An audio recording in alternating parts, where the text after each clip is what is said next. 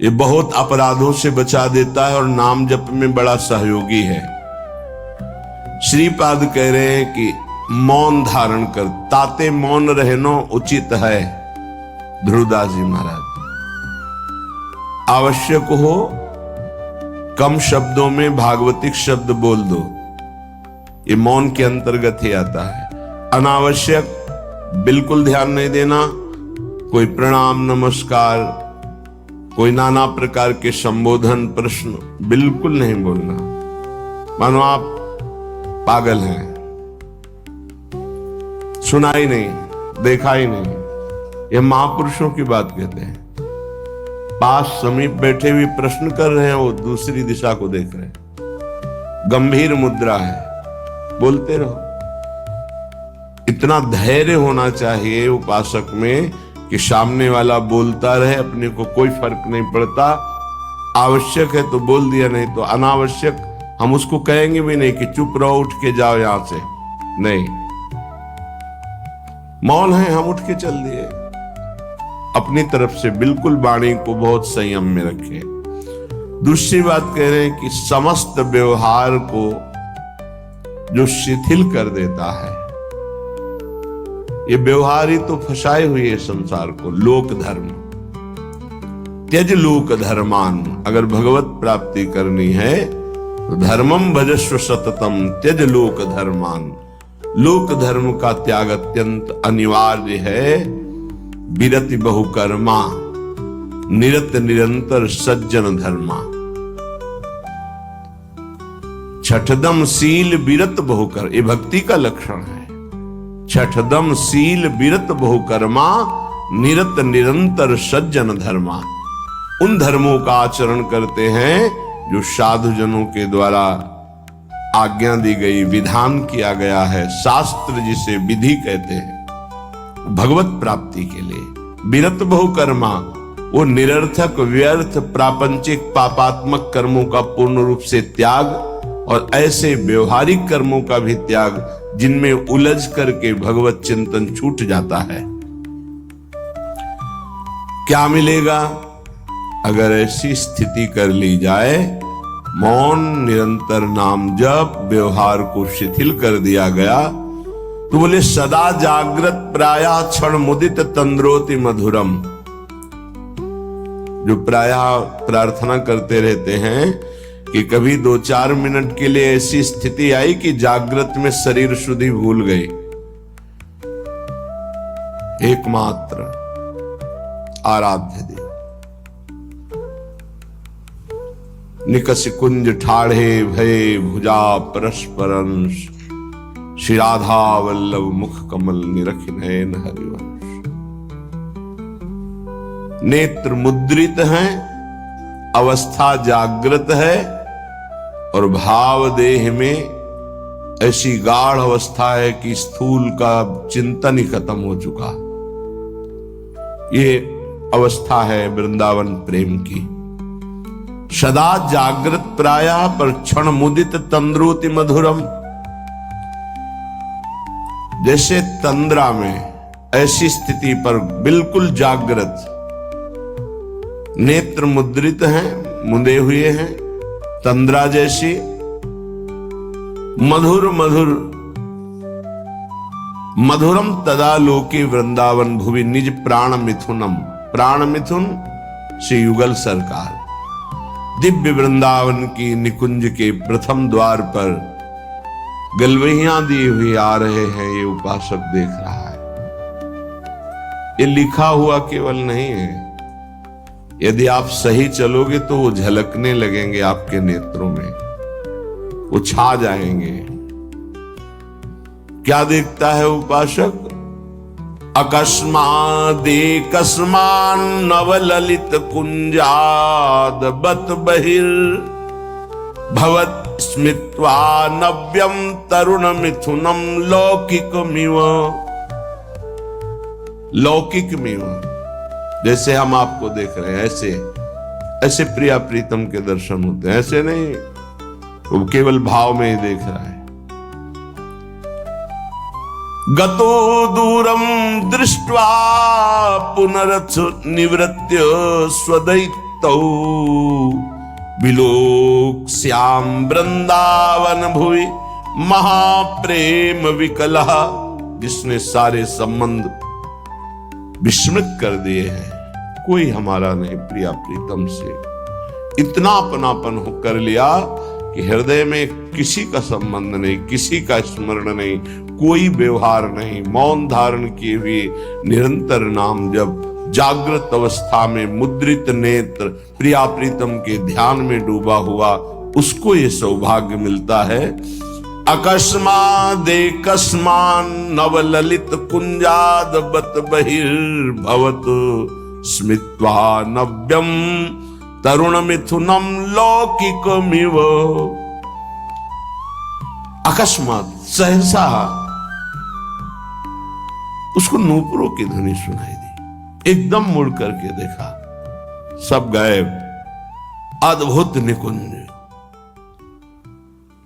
उस निकुंज में मंद मंद मुस्कुराते हुए स्मित्वा नव्य तरुणम, तरुण अवस्था में प्रथम भूमिका, तारुण्य प्रथम प्रवेश समय यस्या महामाधुरी,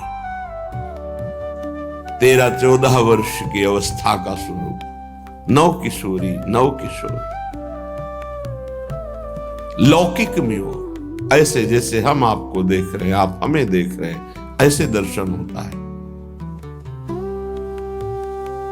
अहो भाग, ये धाम ऐसी कृपा करता है। इसमें कोई साधन प्रधान नहीं भाव रहता। धाम कृपालु है, पर उस कृपा का अवगाहन करने के लिए तन्मयता चाहिए, आराध्य देव की तन्मयता चाहिए, तभी मौनम, व्यवहार शिथिल, निर्मम, किसी से कोई ममता नहीं। ये जब निकले हो तो वस्तु प्राप्त करो, इधर उधर नहीं। सबसे भूल हो जाती है। यहां किसी को अपना मानना, कुछ अच्छा लगना, कुछ सुखद लगना, ये सब भगवान की विचित्र माया के द्वारा चित्त का आकर्षण किया जाता है। भक्तों के जीवन में इसीलिए ऐसी घटना घटती है कि कीन हो इस कबहू अभिमाना, शोक हो वंच कृपा निधाना। कृपा निधान भगवान देखते कि मेरे भक्त में जितेंद्रियता का अभिमान है, ब्रह्मचर्य का अभिमान है, पवित्रता का अभिमान है, तो फिर वो ऑपरेशन कर देते हैं। फिर वो अभिमान नहीं जागृत होता। ऑपरेशन बड़ा विचित्र होता है भगवान का, उपहास करवा के, अपमान करवा के, या विवेक के द्वारा, या उनके प्रियजनों के द्वारा निरादर करवा के, कई तरह के वृत्तियों से भगवान ऑपरेशन कराते हैं अपने जन का। हृदय जब निर्मम होता है, ममता रहित, अहंकार रहित, व्यवहार रहित, एकमात्र प्रियालाल में अपनापन, तभी स्थिति का रसास्वादन होता है। आवत सी वृषभानुकूला, जिनको देख करके प्रेम में प्रभु विकल हो जाते हैं, उन प्रियाजू का जब उपासक को साक्षात्कार होता है तो केवल आचार्य कृपा ही हृदय को संभालती है, अन्यथा सामर्थ्य नहीं है। ऐसा रूप श्री लालजू महाराज का है कि बड़े बड़े मुनि जो निर्विकार ब्रह्मबोध संपन्न हैं, उनके मनों को क्षण में मोहित कर ले। मोहन मुनि सघन प्रगट परमानंद, गुण गंभीर गोपाला।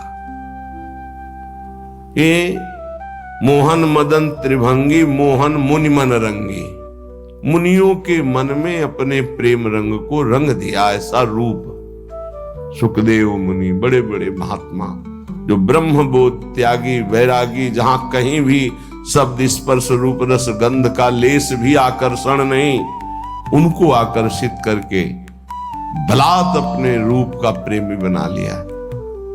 ऐसे रूप सौंदर्य समुद्र प्रभु अंशन पर भुज दिए बिलोकत इंदु बदन बिबियोर, करत पान रस मत परस्पर, पर लोचन तृषित चकोर, फिर भी नेत्र प्यासे हैं। ऐसे युगल सरकार को जब उपासक देखता है तो उसकी क्या दशा होती होगी। मछली की तरह आनंद में तड़पता है वृंदावन की भूमि में लौटता हुआ। जैसे मछली विकल होती जल के लिए, ऐसे आनंद विकलता में तड़पता है। श्रीपाद कह रहे, मंद मंद मुस्कुराते हुए नूपुर धुनी हुई देखा नवनिवृत्त निकुंज, और नवनिवृत्त निकुंज की वीथी से गलबहियां दिए हुए मुस्कुराते हुए आ रहे हैं। लौकिक में वो देख रहा है, कोई ध्यान में नहीं, खुली आंख में। और गतो दूरम दृष्टवा, समीप से ही ऐसे दूर जा रहे हैं। फिर कृपा करी पुनरत्स निवृत्त स्वदैतौ, वो पुनः गलबहियां दिए हुए दूसरी वीथी से फिर सामने आ रहे हैं। अपने प्रीतम युगल किशोर का ऐसा कृपा प्रसाद दर्शन पाकर विकल हो गया और भूमि पर विलोक्या श्याम वृंदावन भूमि महाप्रेम विकला, गिर गया भूमि पर, प्रेम विकल हो गया। समीप युगल सरकार आए और दुलार करके उठा रहे हैं। श्रीपाद कह रहे, ऐसा मेरे जीवन में कब होगा। पुनरत्थ, पुनः मुझे ऐसा कब अवलोकन होगा। जैसे श्रीमद राधा सुधा निधि में बार बार मांगा गया कि मुझे ये सेवा मिले, मुझे ये दर्शन मिले, मैं ऐसा देख पाऊं पुनः। ऐसे श्रीपाद यहां कह रहे हैं कि ऐसा दर्शन कब मैं प्राप्त कर पाऊंगा पुनः। जो हमारे साथ घटना घटी कि अकस्मात नूपुर ध्वनि हुई, उधर देखा नवनिवृत्त निकुंज, और सुंदर वीथी से युगल सरकार मुस्कुराते हुए परस्पर वार्ता करते हुए आ रहे, और समीप से दूर गए, फिर दूसरी वीथी से आ रहे। उनको ऐसे देखकर प्रेम विकल होकर के वृंदावन की भूमि में मूर्छित हो गया। आनंद मूर्छा, विलोक श्याम वृंदावन भूमि महाप्रेम विकला। फिर सरकार किशोरी किशोर आकर दुलार करते हुए, ऐसा कब होगा। कितना अपार सुख उस उपासक को मिल रहा होगा जो ऐसा अनुभव कर रहा है, ऐसा देख रहा है। श्रीपाद कह रहे, कदा वा स्वच्छंदम दिन रजनी वृंदावन वने, चरन्ने कहा स्वस्त्यद्भुत नव निकुंज अयालिशु विशन। अकस्मात् देवा लौकिक मधुर कैशोर शुभया, इतो ना त्वं याया इति मृदुगिरा वारयति माम। श्री वृंदावन में रात दिन व्यतीत करते हुए प्रियालाल को पुकार पुकार कर, प्रेमियों की कुछ अलग रह नहीं होती। विरह कमंडल कर लिए बैरागी दूने, मांगत दर्श मधु करी, छके रहत दिन रैन। रात दिन एक ही मांग रहती है, कब मिलोगे। तो क्या मिले नहीं? नहीं, रात दिन मिलने पर भी मिलने की चाह बनी हुई। ये कौन सी पहेली है। तन मन के बिछुरे नहीं, मन में भी वही और तन भी उनके समीप, पर चाह बढ़े दिन रैन। रात दिन पुनः मिलने की चाह, हर समय मिले हुए रहने पर भी मिलने की चाह। कबहू संजोग न मानही, देखें भरी भरी नैन। कभी ऐसा लगा ही नहीं कि वो मिले हैं। प्यारी जू जब जब देखो तेरो मुख, तब तब नयो नयो लागत। ऐसो भ्रम होत देखो न कबहू री। मानो कभी देखा ही नहीं, कभी मिले ही नहीं। अरबरात मिलवे को निश दिन, पर मिले ही रहते निश दिन। मनो कबहू मिले ना, ये प्रेम है। रात दिन वृंदावन में तड़प रहा है प्रिया प्रीतम के लिए, बलिहारी उसके जीवन को, ये तड़पन उसी को आती है जो रसिकों की आज्ञा के अनुसार समस्त संबंधों को शिथिल कर देता है। कहीं किसी से कोई भी अपनापन ना रहे, केवल प्रिया से ये जन्म इसीलिए मिला है, मान जाओ कोई तुम्हारा नहीं। पीछे जन्म में कौन कौन तुम्हारा था, पति पुत्र पत्नी परिवार सब भूल गए ना। अभी इसी जन्म को देखो, गर्भ में तुम्हें कितना कष्ट मिला था। अभी 20 30 40 वर्ष पहले की बात है कि हम 9 महीने नरक जैसे भयावने दुखद गर्भ में रहे मां के, जहां पास में ही मलाशय मूत्राश्रय है, वहीं गर्भाशय है, उसी गर्भाशय में रहे। देखो माया कितना भुलावा कर देती है। तुम्हें याद है कि गर्भ में तुम्हें कैसी परिस्थिति में रखा गया था? तुम्हें याद है कि बाल्यावस्था कैसी कष्टप्रद थी? सब भूलते चले जा रहे हो। ऐसे ही पूर्व जन्म के सब रिश्ते नाते, पुत्र पत्नी परिवार सबको भूल गए। नया परिवार, ऐसे अगला जन्म फिर होगा। ये कब तक नई पढ़ाई, नया बैंक बैलेंस, नए संबंध कब तक बनाते रहेंगे? पुराने छूटते जा रहे, नए बनाते चले जा रहे और बढ़ते चले जा रहे हैं भूल भुलैया की तरफ, माया के भ्रम की तरफ। इतनी प्रियता कर ली है, मेरा पुत्र, मेरी पुत्री, मेरा पत्नी, मेरा परिवार, और ये सब नियत समय के लिए आए हुए जीवात्मा हैं, अपने कर्म का भोग आपके संग से।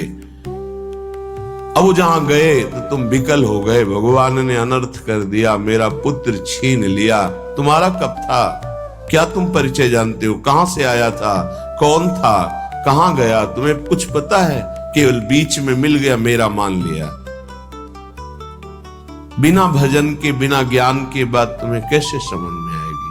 और जिस दिन समझ में आ गई तो प्रभु के सिवा और कोई समझ नहीं रह जाएगी। एक ही बात रहे, कैसे मिले प्रभु, कैसे मिले? रात दिन जो विकलता होती है, कौन जाने? या तो वो जाने जिसके सिर बीत रहे हो, या भगवान जानते हैं, दूसरा कोई नहीं जान सकता। अंतर दाव लगी रहे, धुआं न प्रगटे कोई, कह जाने दिल आपनो या जा सिर बीती होए। जिसके हृदय में प्रीति अपना प्रभाव दिखा रही, वो जान रहा है या भगवान जानते? दूसरा कोई जान ही नहीं सकता उसकी स्थिति को।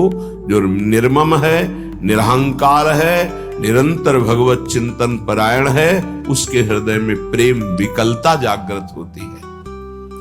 श्रीपाद कह रहे हैं, कदावा स्वच्छंदम दिन रजनी वृंदावन बने। स्वच्छंद का तात्पर्य होता कोई भी पारिवारिक सांसारिक आकर्षण रहित, कोई भी आकर्षण नहीं, अपरिचित की तरह। वृंदावन ऐसे रहे मनो चिन्हारो नाय। समझाओ तो समझ नहीं आता, लगता है कि ये हमारे प्रेमी जनों को छुड़ा रहे हैं। नहीं, तुम्हारे प्रेमी जन से मिला रहे हैं तुम्हें। ये तुम्हारे प्रेमी जन नहीं है, ये मायाकृत ढांचे तुम्हारे प्रेमी नहीं हैं। ये ढह जाएंगे काल के द्वारा, आज नहीं तो कल। प्रेमी है प्रियालाल, ये असली प्रेमी है। इन्हीं से अनंत जन्मों से बिछुड़ते हुए हम भटक रहे, अब अवसर आया है मिलने का। बहुत कृपाल है, प्रतिपल कृपा करके संभाल रहे हैं, बचा रहे हैं, अपनी तरफ घसीट रहे हैं। पर हमारी दुष्टता की हद है, उनकी कृपालुता की हद है। तो ही मोहि पड़ी होड़, मूसो न बिगाड़न को तुम सो न संवारन। वो बार बार संभाल रहे, संभाल रहे, हम बार बार बिगाड़ रहे हैं, फिर भी उनको गुस्सा नहीं आ रहा, फिर भी वो कृपा ही हम पर कर रहे हैं। सच्ची मानिए, हम अगर कुछ कर सकते हैं तो अपना बिगाड़ सकते हैं, बस यही कर सकते हैं। अगर कुछ बन रहा है तो केवल प्रभु कृपा से बन रहा है। आप समझ नहीं सकते, माया की ऐसी चाल है, नहीं समझ सकते। कुछ बन पा रहा है तो प्रभु की कृपा से। हमसे जो बन पा रहा है वो बिगाड़ ही हो रहा है, भगवत प्राप्ति के विरुद्ध ही हम जा रहे हैं। अगर कहीं कदम भगवत प्राप्ति की तरफ चल रहे हैं तो केवल भगवत कृपा वही संभाल रहे हैं। देख लो आप इसी जन्म के रजिस्टर को अपने हृदय में देख लो, जितना आपको ज्ञान है उसी से आप अपना निर्णय कर लो कि अगर आपको हर चेष्टा का दंड मिले जो आपने किया तो कितने जन्म आप भोगोगे।